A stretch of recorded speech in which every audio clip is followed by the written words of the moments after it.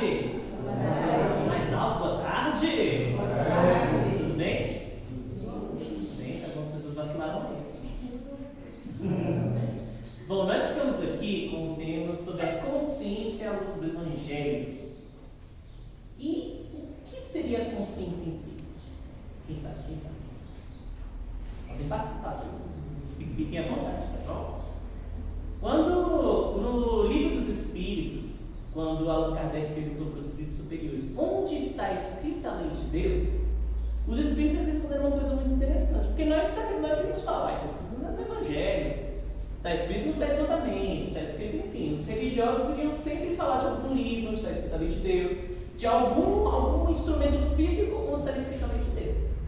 Mas os espíritos eles responderam, eles colocaram uma resposta admirável. A lei de Deus está escrita na consciência. E o que seria a consciência? A consciência em si é principalmente a distinção do que é bom e do que é ruim.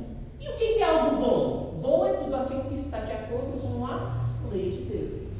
Ruim é tudo aquilo que não está de acordo com a lei de Deus. Ao longo da história, nosso longo passado evolutivo, nós passamos aí por fases inúmeras, há bilhões e bilhões de anos, desde lá nas fases em que nós éramos apenas o princípio espiritual se desenvolvendo lá na fase animal, foi lá se desenvolvendo, progressivamente passando por experiências. Cada experiência que nós tínhamos, nós íamos introjetando as causas e os efeitos de nossas ações. De pouco em pouco, o animal ele vai estratificando seus instintos, seus hábitos, correto? O que seria o hábito? O hábito é o melhor caminho que ele conseguiu para poder cumprir uma função importante na manutenção da sua vida. Então, os animais, por exemplo, possuem um instinto da autodefesa toda vez em que eles se sentem inseguros, porque eles descobriram ao longo de toda a sua história que este é o melhor caminho para ele no seu desenvolvimento como animal. E assim foi com todos os instintos. Foi lá se desenvolvendo, até chegar de pouco em pouco o princípio inteligente se desenvolver a tal ponto na qual ele começa progressivamente a se desenvolver como espírito propriamente dito, que é o espírito consciente. Tem a consciência progressiva do que é certo, do que é errado, do que está de acordo com a lei de Deus, do que não está de acordo com a lei de Deus. Tem consciência progressiva de que é todas as relações que estão à sua volta, seja no plano físico, seja no plano extrafísico. Mas tudo isso levou muito tempo. Mas de pouco em pouco, como nós podemos ver no livro Evolução dos Mundos, do André Luiz, ótimo livro, difícil pra caramba, mas é um ótimo livro. O nosso espírito, ele foi de pouco em pouco anotando que tinha coisas que ele fazia que davam consequências ruins para ele, que doía, que machucava. Ele foi percebendo que não só se proteger era importante, mas toda vez que ele feria alguém, este alguém também o feria e o machucava. Toda vez que ele perturbava algo exterior, este algo exterior chegava contra ele também. E nessa compreensão de causa e efeito, o espírito foi desenvolvendo progressivamente a sua consciência e ter noção do que é bom e do que é ruim, de que quando ele não faz algo de bom para o outro, algo de ruim pode acontecer com ele. Isso aí foi ficando tão firme na nossa consciência, mas tão firme aqui no nosso espírito, que agora, já com o espírito já muito mais maduros, de bilhões de anos de evolução, desde o princípio inteligente até o espírito propriamente dito, chegamos ao ponto que nós estamos hoje. O ponto que a gente está hoje a gente sabe que se nós fizermos algo de ruim, tem uma voz aqui no nosso íntimo que nos cobra, que é a voz da consciência. Aquela que diz: meu amigo, você já passou por essas experiências outras vezes também, e foi ruim para você está fazendo de novo, e vai ser ruim para você de novo. E não só ruim, foi ruim para o outro, e você está aí com uma culpa que você tem que corrigir. E nós temos essa voz aí na nossa mente, por causa de todas essas experiências que nós passamos. É fruto de tudo que nós vivenciamos ao longo de todo este passado evolutivo. Eis aí a nossa consciência. E nós temos na nossa consciência 3 zonas. A zona dos instintos automáticos, que são os hábitos que nós cultivamos. Todos nós temos aqui. Quem tem um impulso? Faz as coisas no impulso. Os impulsos são os hábitos automáticos que nós temos. Os instintos que nós temos, que nós construímos ao longo da nossa evolução. Construímos a tal ponto que ele é automático. Você reage desse jeito. Acontece uma coisa, você já reage desse jeito sem nem pensar. Porém, junto a esses instintos, que é o nosso passado, todo o nosso passado reencarnatório está nessa zona, que a gente chama de subconsciente, nós temos a nossa consciência atual, que de acordo com as experiências, com o que nós estamos aprendendo agora, nós conseguimos distinguir algumas coisas. Tem instintos nossos, impulsos nossos que são ruins. E nós reconhecemos que nós aprendemos mais nesta vida e nós conseguimos aqui selecionar, gente, isso aqui é bom, isso aqui é ruim. Nossa consciência atual consegue selecionar as coisas que nos acontecem e como reagir melhor. Nós conseguimos frear um pouco alguns impulsos e tentar conduzi-los. E nós temos outra zona que são as aspirações do futuro, o superconsciente, onde está aí o futuro amplo que você um dia pode ser, de repente vem aqui um pressentimento, gente, se eu fizer algo de bom, esta coisa boa, eu sei que eu estarei em um caminho melhor, você sente isso no seu coração. Tem isso na gente também, temos essas 3 zonas. Essa aí é a estrutura da nossa consciência. Nós podemos ver isso no livro No Mundo Maior, de André Luiz, que é muito interessante, quando eles vão analisar a estrutura perispiritual do cérebro. Eles vão encontrando aí onde que o espírito, essas zonas conscientes da consciência atuam no nosso perispírito. É muito bacana. Mas enfim, tirando toda essa parte mais difícil, que é realmente muita coisa complexa, o que nós queremos entender? A consciência, ela é onde está escrita exatamente a lei de Deus, as causas e os efeitos do que é bom e do que não é bom, do que está de acordo com a lei e do que não está de acordo com a lei, que nós aprendemos sim. Passamos muitos milênios aí aprendendo o que é certo e o que é errado. Vieram espíritos do mais alto, já plenamente conscientes do que é certo e do que é errado, já muito mais perfeitos do que nós, para nos ensinar o caminho. Então nós sabemos. Porém, tem uma coisinha que nos faz querer calar essa consciência, que nos faz querer assim, fingir que, não, isso é besteira, é moralismo, deixa. Que se chama, uma dessas coisinhas é orgulho. Quem é que é orgulhoso? Levanta a mão. Eu falo, ele isso é horrível. Pensa um negócio que é ruim, meu Deus do céu. Te acha esse orgulho. Orgulho é quando você quer que sua vontade prevaleça, mesmo que seja em detrimento dos outros. Quando você quer crescer, diminuindo os outros. Eis aí o orgulho. E muitas vezes, quando fazemos alguma coisa de ruim, às vezes o nosso orgulho, nós tentamos utilizar o orgulho para tentar maquiar essa coisa ruim. E nós inventamos inúmeras desculpas para fazer uma coisa ruim. Não é verdade? Nossa, é horrível isso. Eu vou tirar dinheiro dele, mas sabe por quê? Porque ele tira dinheiro dos outros, então ele merece. Não é? Eles não ficam fazendo isso, usando desculpa? É basicamente um orgulho, eu não quero admitir que você está errado. Mas no fundo tem essa vozinha que fala, isso é errado. Isso é errado, não faz isso. Ou quando uma pessoa inventa de trair outro. Mas a culpa foi dessa outra que me seduziu. Mas havia uma voz da sua consciência falando, meu irmão, que você está querendo fazer errado. Vai ferir uma pessoa. Ferindo ela, você vai ser ferido também. Mas a gente gosta de calar a nossa consciência. Momentaneamente, porque ela vai chegar um momento em que ela vai pulsar e vai doer. A consciência culpada é a pior tipo de dor que tem. Que é a dor moral. A dor de saber que você cometeu e este erro se repete na sua mente. Que a consciência cobra. A lei de Deus cobra você. Agora tem aquela questão, aquelas pessoas que decidem seguir de acordo com a lei de Deus, o que é a lei de Deus? Resumindo ela em 2 frases: amar a Deus sobre todas as coisas e amar ao próximo como a si mesmo. Levando para o ponto de vista prático, né? Amar, é possível amar a Deus sem amar o que Ele criou? A mesma coisa que eu, por exemplo, chegar uma mãe com 5 filhos. Eu chego para mim, ó, eu te amo, minha irmã, mas eu odeio os seus 5 filhos de morte, eu queria que eles morrissem. Imagina o que a mãe ia pensar, né? Oxe, que história é essa, né? Não é possível a gente amar a Deus sem amar os filhos dele. Quem são os filhos de Deus? Tudo que existe. Tudo que existe é filho de Deus. Tudo que existe veio de Deus, então é importante que nós aprendamos a amar tudo. Amar a Deus acima de todas as coisas. Consequentemente, amar ao próximo como a si mesmo. Então a gente reconhece que amar ao próximo, enquanto diz tudo que Deus criou, enquanto diz que veio dele. Mas nós percebemos também que nós também temos que amar a nós mesmos. Mas amar a nós mesmos não é você ser egoísta e pensar que apenas a sua vontade deve prevalecer, o seu gosto, o seu conforto. Não, é você reconhecer que você precisa também buscar o seu bem. E de repente, por meio das experiências que nós passamos ao longo de todas essas encarnações, nós percebemos que o nosso bem é agir de acordo com a lei.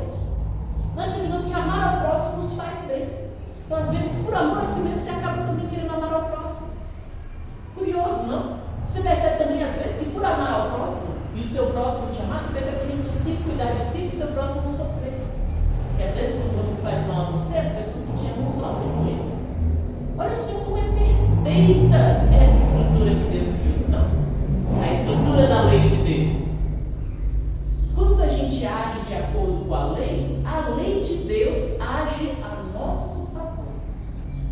Mas quando a gente cruza os braços e fala, não, eu quero fazer a minha vontade em detrimento de todos os outros. Se quem tentar me impedir, merece ir embora da minha frente.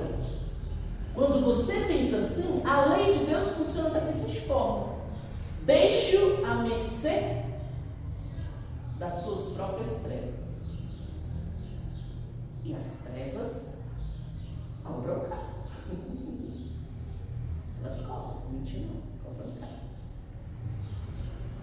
A partir do momento que nós não amamos o nosso próximo, vivemos sozinhos, queremos viver apenas de acordo com nossos anseios egoístas, nós vivemos exatamente assim, sozinhos, junto com aqueles que também querem ser egoístas.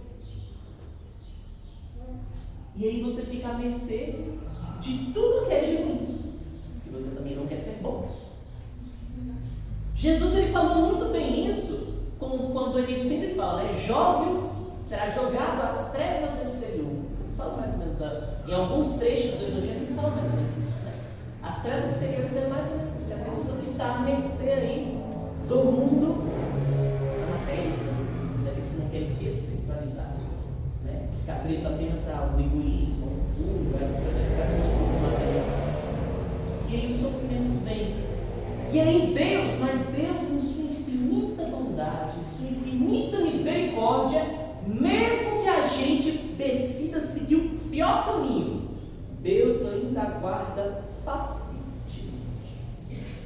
que nós despertemos a nossa consciência e queiramos seguir o caminho de volta. É a parábola do filho pródigo, a parábola do ovelha desgarrada. E Deus ele não deixa de buscar. Para isso, existem 2 instrumentos, tem outros, mas 2 maiores. Primeiro instrumento do despertar da nossa consciência, o mais sublime, talvez o mais poderoso, é o amor. Há espíritos que vão até se chafurdam na lama mais grosseira. Ainda assim, Deus permite que alguns anjos desçam do mais alto, cavem um pouquinho essa lama só para estender a mão a estes irmãos caídos. O próprio Cristo não fez isso. Gente, vocês já pararam para imaginar a dor que é um espírito crístico, um espírito que não tem mais ligação com a matéria propriamente dita, descer do mais alto dos céus até o vale de lágrimas de Deus que a gente tem? Imagine a dor que é um espírito ter que diminuir um pouco da sua intensidade luminosa para poder estar aqui neste planeta. E veio por amor estender a mão a todos aqueles que estavam caídos, porque eles viram que muitos desses caídos Só faltava só aquele impulso para cima. Alguns já estavam tão cansados, mas tão cansados dos males, do egoísmo, dos vícios. Faltava só aquela mão estendida e falar: meu irmão, vou te apresentar uma visão totalmente nova, que vai satisfazer este vazio do seu coração. E Deus, em sua infinita bondade, manda estes mensageiros divinos o tempo todo para nós, mas nós fazemos gatos sapateiros, não é verdade? O próprio Cristo fala, a verdade é essa, que a luz veio até as trevas, veio iluminar as trevas, mas as trevas não aceitam. Jesus fala isso com Nicodemos. No início do Evangelho de João, o próprio João Evangelista fala isso também. A luz desceu às trevas, mas as trevas não quiseram. E às vezes a gente recusa esse amor, porém ele é tão irresistível, mas tão irresistível que ele toca mesmo assim.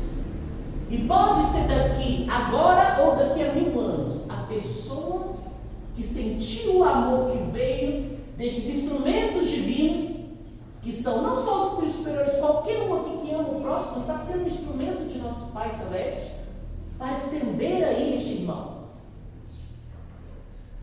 Hoje ou daqui a 1000 anos, essa pessoa vai despertar, porque ela vai lembrar deste momento. Ela vai lembrar deste amor que um dia sentiram por ela. E este amor vai fazer com que ela queira evoluir. Interessante, né? Por isso que nada nessa vida passa reto. Tudo tem um efeito, toda causa tem um efeito. Tudo que vem do amor gerará amor, por mais difícil, por mais sofrido que a caminhada vai ser. O Cristo mesmo, quando desceu, encontrou um homem orgulhoso, um senador orgulhoso. Este senador encontrou o Cristo, e o Cristo falou: hoje ou daqui a 1000 anos, você vai receber. Você que escolhe se é hoje ou daqui a 1000 anos. Aqui vai. Este aí é Emmanuel, da Imperatriz delas. O amor despertou. Foi assim com o nosso queridíssimo Saulo de Tarso. Saulo de Tarso, apaixonado pela lei mosaica, queria muito que todos seguissem estritamente o que dizia Moisés. Quando ouviu falar de um tal de Jesus, que dizia que estava subvertendo a lei mosaica, ele começou a perseguir os cristãos. Chegou ao ponto de mandar apedrejar um Estevão, antes chamado Gesiel, mudou-se para Estevão. E Saulo de Tarso mandou assassinar. E então, depois, passou os sofrimentos, porque ele descobriu que este Estevão era irmão de sua prometida Abigail. E logo após a morte de Estevão, Abigail também padeceu, né? Sofrendo muito diante do que aconteceu. Saulo, morrendo de raiva, ainda mais a raiva pelos cristãos, saiu perseguindo mais, torturou algumas pessoas. Você pode ver isso no livro Paulo de Estevão. Torturou alguns e então ele foi atrás de um tal Ananias. No caminho para a cidade de Damasco, eis que uma luz imensa irradia, ofuscando até a luz do sol. Saulo cai, os outros se assustam, e de repente Saulo vê a imagem resplandecente de nosso Senhor Jesus Cristo, que em vez de condenar, em vez de ferir a Saulo, ele apenas fala com imenso, soberano amor: Saulo, Saulo, por que me persegues? Por que Jesus perguntou isso para Saulo? Que Jesus estava mostrando tal qual é, resplandecendo. E Saulo, vendo aquela luz imensa, Jesus apenas questionava a consciência de Saulo: você não está me vendo? Ei, por que você está me perseguindo? Você não vê que eu estou com o Pai? E Saulo chora, de repente vem a consciência dele, desperta, porque ela estava anestesiada com orgulho, mas de repente a consciência dele desperta. cristãos era injusto. E não era de acordo com a lei de Deus. Porque ele feria outros filhos de Deus. Mesmo que sob um pretexto supostamente mais nobre, ele estava ferindo outros filhos de Deus. E tudo que você fizer ao seu próximo, você receberá. Tudo que você lança para o nosso universo, o universo te dará em troco. Porque esta é a lei de causa e efeito. É a consciência que desperta, dói, mais dói, mais dói. E Jesus, ele então fala, depois de falar, sou Jesus, daquele qual persegue, olha para Saulo e fala: não recalcitres contra os aguilhões. Nossa, é louco. O que isso quer dizer, recalcitrar contra os aguilhões? O que é um aguilhão? Eu não vou saber explicar muito bem uma linguagem técnica, tá bom? Esse é um negócio que prende as pessoas no calabouço, as correntezinhas, sabe? Aí fala, não se recalcitrar é agitar, não se agite contra os aguilhões. O que isso quer dizer? Que Saulo estava preso e não podia se agitar? Como assim? Eu parei para pensar, cara, acho que entendi. Este aguilhão que nos prende é a lei de Deus. O universo está regido por ela. E muitas vezes nós queremos nos debater contra essa lei, mas é impossível você vencê-la. É impossível você vencer a lei de Deus, porque você está mergulhado nela. Você foi criado através deste mesmo mecanismo. É impossível você fugir. Saulo queria fugir, não queria reconhecer a verdade. E de repente Jesus apareceu a verdade. Isso foi um instrumento de Deus de amor para Saulo. Porque Saulo poderia ter sofrido muito mais para despertar a sua consciência, mas Deus, em sua dificuldade, permitiu que o próprio Cristo aparecesse para ele. Agora, tem pessoas que recusam momentaneamente o amor. Recusam despertar sua consciência diante do amor, pois tem outro instrumento que é fatal. É a dor. A gente não fala assim, tá? Vai aprender pelo amor ou pela dor, correto? A dor é um instrumento de despertar da consciência. Tem um livro chamado A Lei de Deus, do nosso querido Pietro Baldi. É interessante, é um livro muito simples. Ele busca explicar de forma bastante simples o mecanismo da lei de causa e efeito, né? E ele fala ele faz uma paráfrase. Acho que isso não. Me perdoe se eu estiver errado no nome. Do Sermão do Monte, né? O Sermão do Monte, ele é um convite a todas as pessoas de boa vontade a seguir o caminho certo. Agora ele faz uma paráfrase às pessoas de má vontade.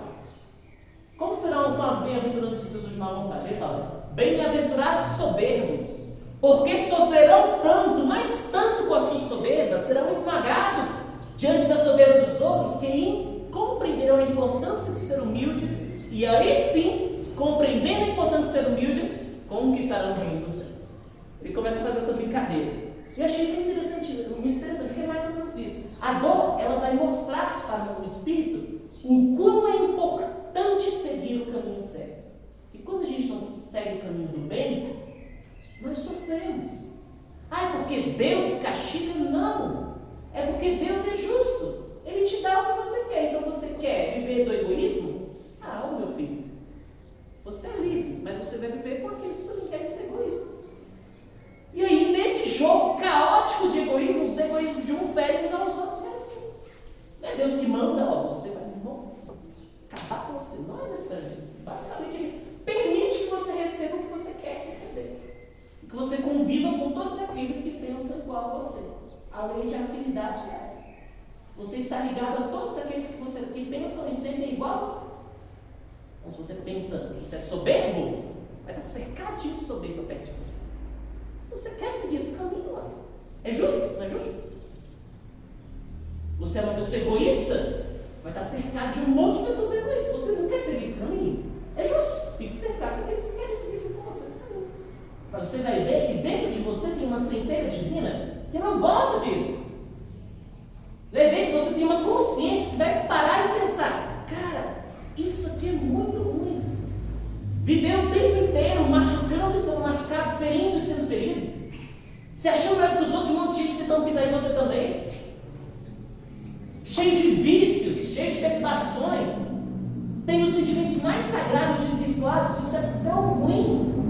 De repente você se sente tão sufocado pelo mal que você mesmo, que nós mesmos criamos para nós, e de repente desperta em nós a vontade de mudar. E aí nós decidimos seguir o caminho da lei, através da lei. E tivemos muitos exemplos de espíritos que seguiram assim.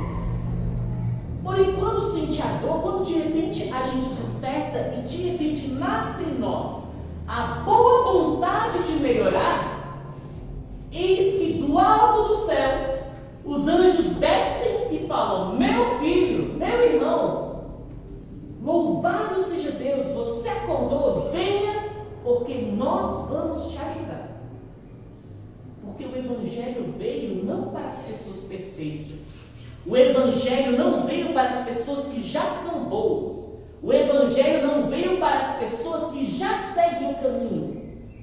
O Evangelho veio para as pessoas que têm boa vontade. Inclusive a primeira frase que é dita quando Jesus nasce: os anjos entoam aos céus, glória a Deus nas alturas e paz na terra aos de boa vontade. Ele não fala aos perfeitos, aos que já são perfeitos, não. Ele fala àqueles que já reconhecem os seus defeitos, reconhecem as suas limitações e têm a vontade de ser melhor. Quando a gente tem a boa vontade, o céu nos ajuda a ser melhor. Porém, o caminho é árduo. É claro que vai ser árduo. Jesus falou que isso é árduo, na verdade. Ele não falou: ó, no mundo tereis aflições. Foi para os próprios discípulos dele, que já tinham a boa vontade de seguir o projeto, já sabiam muito, 3 anos de convivência. Ele ainda fala: no mundo vocês vão ter aflições. Mas tenham bom ânimo. Eu venci o mundo. Se vocês seguirem o que eu falo, vocês vencerão também. E nós vemos grandes exemplos disso. Porque às vezes a gente fica, né? Gente, eu sou uma pessoa tão problemática, Deus tem tão dever de Jesus, eu sou a pior pessoa do mundo, sou uma pessoa, eu sou o cão. Né? A gente fica assim, o tempo todo, eu sou. Gente do céu! A gente fica só martirizando os nossos defeitos, né? Eliminando nossos defeitos, eliminando.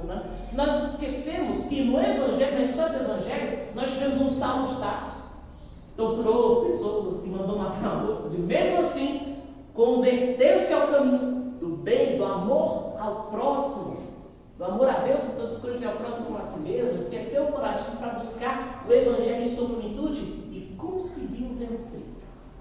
Nós temos, Lucas, mas Saulo, por exemplo, era apaixonado com a lei, já tinha esse vigor religioso aí, né, só tinha que conduzir para um caminho mais, né, nobre, né, e não aquele caminho mais fanático, essas coisas. Mas será que no Evangelho tem outros exemplos? Que tem pessoas que tem. Maria de Magdala era apaixonada pelos vícios, pelos prazeres da matéria, e mesmo assim sofreu horrores para tentar seguir o caminho do Evangelho. Foi viver com os leprosos sozinha, porque os próprios companheiros tiveram que deixá-la sozinha, porque sabiam que a sociedade não ia compreender uma ex-meretriz estar com eles. E mesmo sozinha, ela perseverou e caminhou firme para o bem de Deus, para cumprir a lei, por amor a nosso Senhor Jesus Cristo. Então, gente, todos nós temos jeito. A gente não tem essa de, essa pessoa não tem jeito. Todas as pessoas têm um jeito. Cada um tem seu tempo, isso é verdade. Algumas pessoas precisarão, às vezes, dos golpes da dor que a vida mesmo as levará. Algumas pessoas precisarão de algumas encarnações para compreender. Mas todos, é fatal, que todos um dia despertarão para o caminho da vida. Porque a vontade de Deus é essa. Que nenhuma ovelha permaneça. Todo universo pode ser um espírito mais cruel, mais grotesco, pode ser um espírito que mais vai acordar. E vai chegar o momento dele acordar. E será mais sofrido para ele quando acordar. Por isso que alguns às vezes não querem despertar, continuam nesse exemplo, porque eles não querem sentir a pior dor que tem, que é a dor da consciência culpada. A consciência chegar e dar aquelas lapadas, sabe? Mostrando para você o que você fez que não foi correto. Mostrando para você a sua necessidade de reparar. Interessante. Você falou, né? Muito bem, gente. Aí o que acontece? O Lucas, mas se é assim, como é que eu sei os defeitos que eu tenho? Eu nunca roubei ninguém. Eu sei que eu nunca matei ninguém. Eu nunca feri ninguém. E ainda assim eu sofro tanto, passo tanto dor, tanto sofrimento. Por quê? É o que eu disse, todos nós temos um longo passado, correto? E todos nós erramos no passado. Não é à toa que estamos encarnados nesse mundo. Este mundo aqui, nosso planeta Terra, queridíssimo planeta Terra, lugar maravilhoso, belíssimo. Mas ele é uma instância de espíritos que precisam se redimir. Aqui é como se fosse um reformatório. Não vou dizer uma prisão, mas um reformatório, que a gente tem que se reformar aqui. Então, nenhum de nós aqui é santo, gente. Até os santos tinham defeito para poder corrigir. Eles mesmos diziam isso. Você acha que a humildade deles era à toa? Era só falsa modéstia? Não, era tudo que eles sabiam que tinha de ruim dentro do coração. E todos nós temos alguma coisa. Perfeito é só Jesus, gente. Teve outro Jesus aqui na história da humanidade? Que eu saiba não, correto? Teve outro Jesus? Teve outro? Só teve um, né? Perfeito era só ele. Os outros tudo tinham alguma coisa ainda para melhorar. Por menor que seja, por mais que para nós, o nosso estágio mais inferior, a gente já fala, meu Deus, é só isso que o cara precisar. Ainda assim, para Deus, como diz, acho que o próprio Evangelho, eu não lembro exatamente qual a lição, mas fala, Deus não aceita o único traço de perfeição, viu? Na luz da escrava dele, ele quer que todo mundo seja perfeito. Então aqui no nosso planeta é lugar de seres que precisam se melhorar. E como eu sei o que eu preciso melhorar? Olhem bem os seus impulsos. Você já teve vontade de esganar alguém? Não é verdade? Toma cuidado, talvez nós tenhamos esganado alguém na outra encarnação. Por isso que esse impulso está aqui em nós. Que não existe na nossa mente, não existe nada que seja à toa. Tudo que há na nossa mente é uma reação que um dia talvez a gente já teve. Principalmente as reações automáticas. Nossas reações automáticas são frutos de muitas encarnações. Tem pessoas que automaticamente já respondem como bem, mas a grande maioria de nós já responde como um impulso meio ruim. Não é verdade? Um exemplo. Este aqui é um bom exemplo. Vamos ver. Vou saber quem aqui está nessa, se a pessoa ri. Você está lá no carro, dirigindo.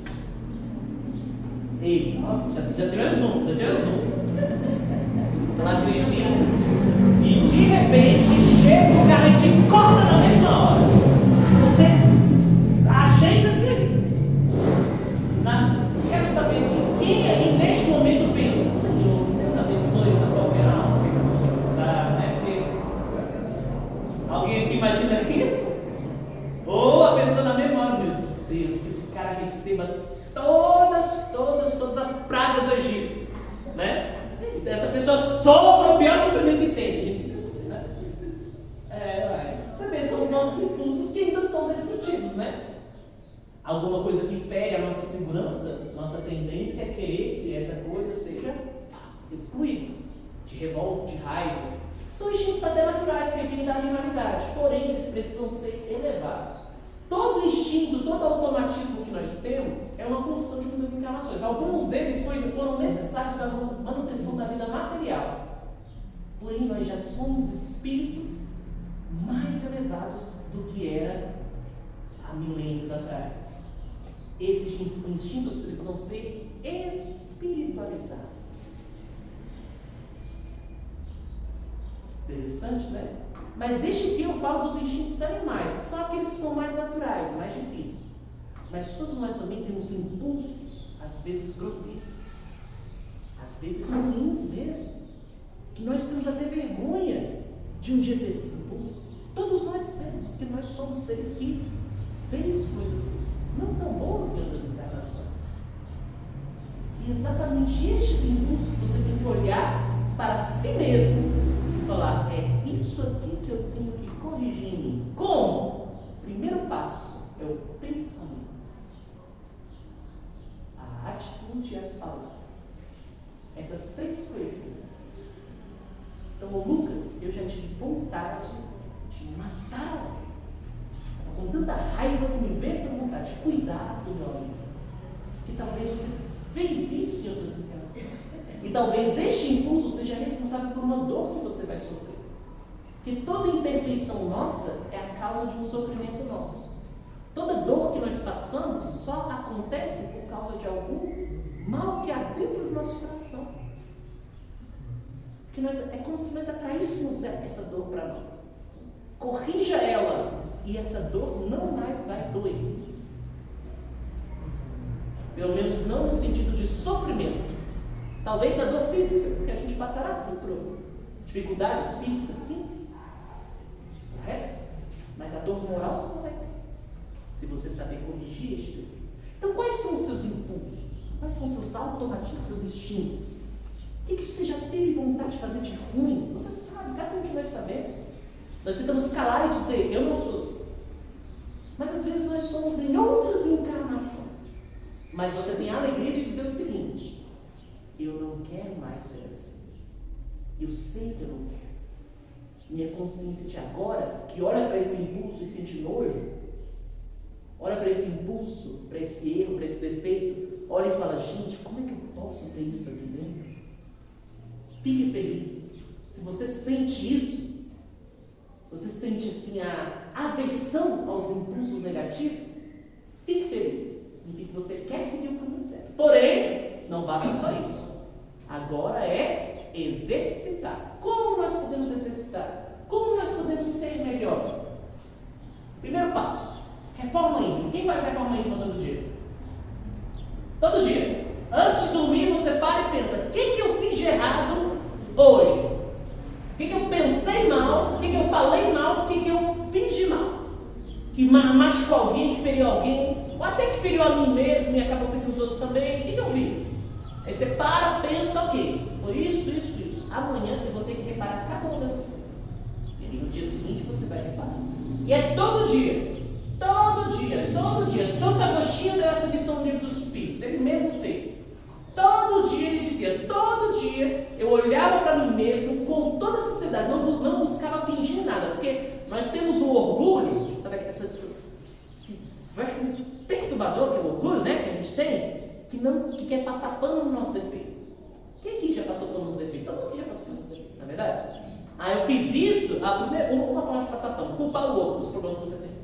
Primeira coisa, uma forma de passar pano, é um orgulho. Eu fiz isso, mas a culpa é dela, porque ela faz eu ficar assim. Essa pessoa faz eu ficar assim. Você faz isso porque você quer, e aí no seu coração, você tem que corrigir você. Vai mudar o outro. Vai chegar lá pro céu e vai falar, não, mas eu fiz aquilo por culpa dele. Não, meu filho, o que você fez foi você. Seu próprio coração sentiu-se aí na vontade de fazer. Porque aí Deus julga, né, de acordo com a lei. Mas ainda assim, corrija-se. Tem como você corrigir? Não busca passar pano nos nossos... Gente, nós não podemos passar pano nos nossos deveres. Nós inventamos muita desculpa para fazer o mal. E é esse o problema. Nós buscamos anestesiar a nossa consciência. Saulo, ele buscava anestesiar a sua consciência. Ele usava como desculpa de que ele defendia a lei mosaica. Mas no fundo, o que ele queria era apenas promoção e vaidade. Ele só queria ser que seu nome crescesse com os autores da lei. Eu não queria compreender. Você vê que Gamaliel, que era o seu professor, não sentiu aquele impulso de destruir os cristãos quando conheceu os cristãos. Porque Gamaliel não tinha aquela vaidade que o Saulo tinha, como Saulo está. Mas Saulo buscou passar pano aí um pouquinho nos seus defeitos. Foi preciso Cristo vir despertar a consciência para ele parar. Cara, eu realmente estou errado. E aí ele passou dificuldades para poder se corrigir, mas corrigiu-se. Por que, meu povo? É difícil seguir o caminho do bem? Por quê? Porque no mundo tem muitas pessoas que seguem o caminho contrário. E nossa tendência, às vezes, é seguir junto à maré e não contra ela, não é verdade? O próprio Fénelon, acho que é Fénelon, fala no livro do Evangelho segundo o Espiritismo, né? Que, infelizmente, eu até compreendo que em um mundo egoísta, às vezes a gente acha que tem que ser egoísta também, né? Um mundo onde ninguém se importa com você, você acha que você não deve se importar com os outros. Mas a lei não é assim. Existiram ao longo da história da humanidade os grandes exemplos, é neles que nós devemos nos espelhar. Por isso que todos os dias é importante nós lermos o Evangelho para lembrar o que é certo fazer. Por isso que é sempre bom ler o livro dos Espíritos, onde eles buscam lembrar a nós a lei. A lei já está aqui. A natureza nos revela a lei de Deus o tempo inteiro. Mas Deus é tão bom, Deus é tão bom conosco, que Ele permite que espíritos evoluídos desçam lá do mais alto só para nos mostrar o caminho certo. Tudo isso por amor. E a gente ainda recusa, né? Nós somos muito loucos. É sério, a gente é muito louco. Muito louco. Estranho. Né? Parece muito ódio contra nós mesmos, né? A gente não quer nem o nosso próprio bem, parece. Por que a gente deve seguir o caminho certo? O caminho do amor ao próximo, com si mesmo, de amar a Deus e tudo. Isso também vai nos fazer bem. Além de fazer bem ao próximo. O bem aqui dentro. Talvez no mundo material você vai passar como vencido, como fraco. Vai ser passado por alguém na qual todo mundo vai tentar pisar, mas no seu coração você vai ter a firmeza de saber que você está seguindo o caminho certo. E nada poderá mudar disso. Aquele que segue a lei de Deus pode até parecer um vencido para o mundo, mas ele sabe que ele está com Deus. E Deus, no fim, é mais poderoso, não é? Você vê Jesus. Jesus se deixou levar para a crucificação. Por quê? Jesus podia. Ele fala para Simão Pedro, quando chega os soldados para prender Jesus. Simão Pedro pega uma espada e corta a orelha do soldado. Jesus, na mesma hora, pega a orelha, coloca a orelha de volta e fala para Simão Pedro: Simão Pedro, embainha a tua espada, porque se eu quisesse, um exército de anjos desceria até aqui para me proteger, mas eu não quero. E Jesus se deixou levar. Por que ele se deixou levar para a crucificação? Para a pior humilhação que alguém poderia sofrer. Ele foi humilhado, abandonado pelos seus próprios amigos. O que ele quis mostrar é que aquele que segue a lei de Deus, no mundo parecerá um vencido, mas depois, para Deus, ele é um vitorioso. E voltará resplandecente e vencerá as trevas. As trevas não podem vencer a luz. Elas podem achar que vencem. E vão achar muitas vezes, mas não vão vencer. Porque Deus está no comando de tudo. A lei está no comando de tudo. Mas para isso nós temos que seguir. Fazer o bem inteiro, até a inovação. É difícil? É difícil. Porque a gente tem muito defeito aqui dentro. Por isso que é preciso nos corrigir. O trabalho no bem, a caridade, é um dos maiores instrumentos para o autoaperfeiçoamento. Por quê? Quando você começa a fazer um trabalho de caridade, no começo você vai por obrigação. Eu vou porque é importante que eu sei como melhorar. Beleza, já é um passo. Não é o ideal, mas é o passo. É o primeiro passo. Faz isso. Se for por isso, faz isso. Mas na medida que você vai trabalhando, você vai desenvolvendo amor às pessoas às quais você está servindo. E amando elas, você vai sentir a vontade de ser melhor por elas. E de pouco em pouco você vai se melhorando para ser melhor por elas e para ajudar mais. Por isso que Kardec fala de forma muito maravilhosa, e Paulo de Tarso fala no Evangelho segundo o Espiritismo também, fora da caridade na salvação. A partir da caridade você busca ser melhor. Então, meus amigos, queremos aperfeiçoar-nos, queremos nos melhorar, queremos ter uma consciência limpa, façamos o bem, façamos a caridade.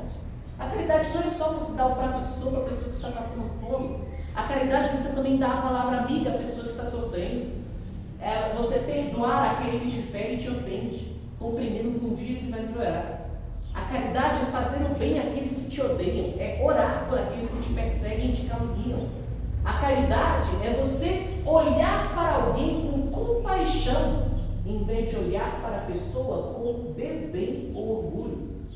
A caridade é você evitar falar da vida dos outros, porque você não gostaria de que falassem da sua vida dessa forma.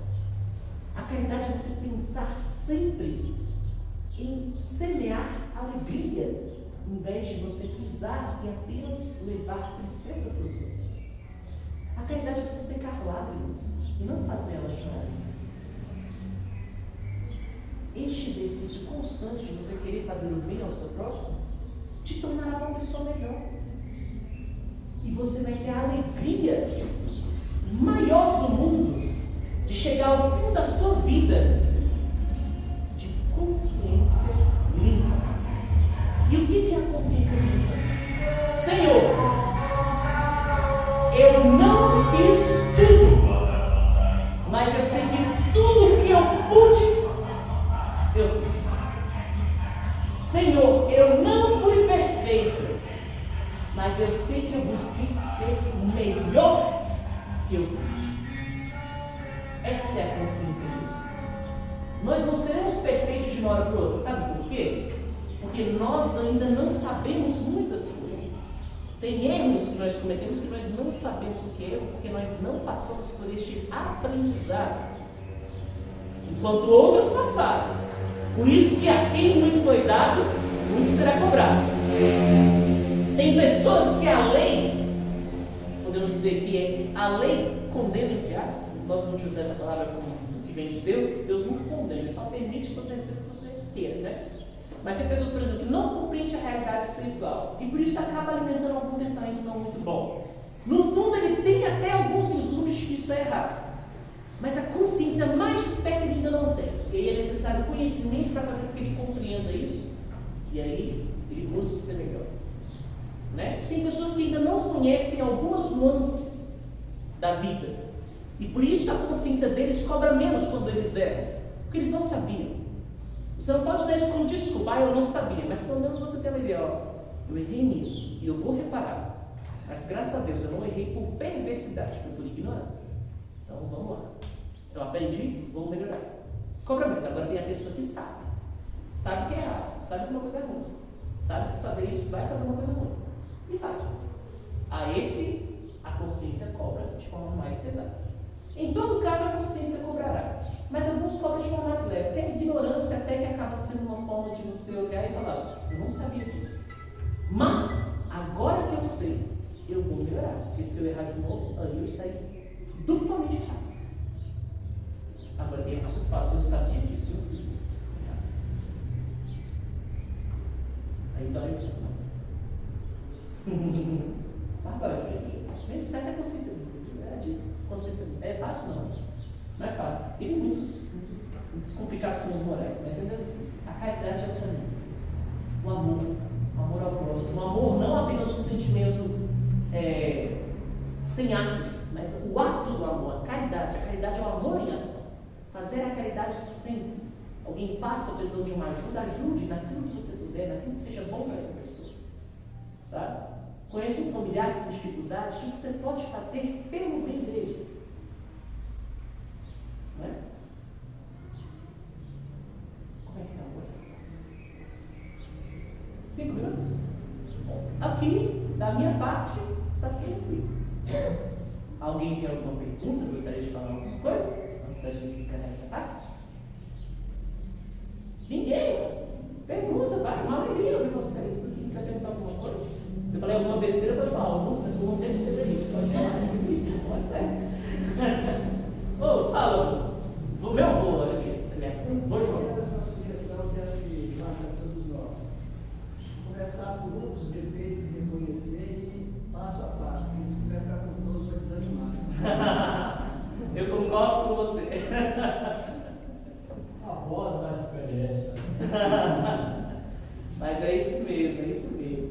Eu acho que é por isso que o Evangelho é uma coisa tão bela, sabe? Tão maravilhosa.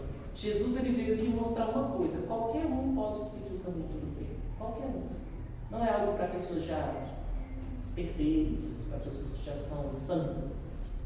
para as pessoas que têm boa vontade. Basta você ter boa vontade. Se você ter boa vontade, você vai conseguir seguir o Evangelho. De pouco a pouco, né? Porque nós temos muitos defeitos. Você vai começando por aqueles que são mais perturbadores, né? Aí você vai melhorando. E para isso você tem que estudar o Evangelho, estudar a doutrina espírita, que nos apresenta realidades muito diferentes, que nos mostra resultados das nossas ações em planos muito maiores do que apenas o material. E amar, fazer a caridade. Amar e instruir-se. Amar mais e instruir-se mais para melhor amar e para melhor se instruir. E por aí vai, nessa dialética, nesse diálogo, você vai se aperfeiçoando e progredindo moralmente, progredindo intelectualmente e, por fim, progredindo espiritualmente.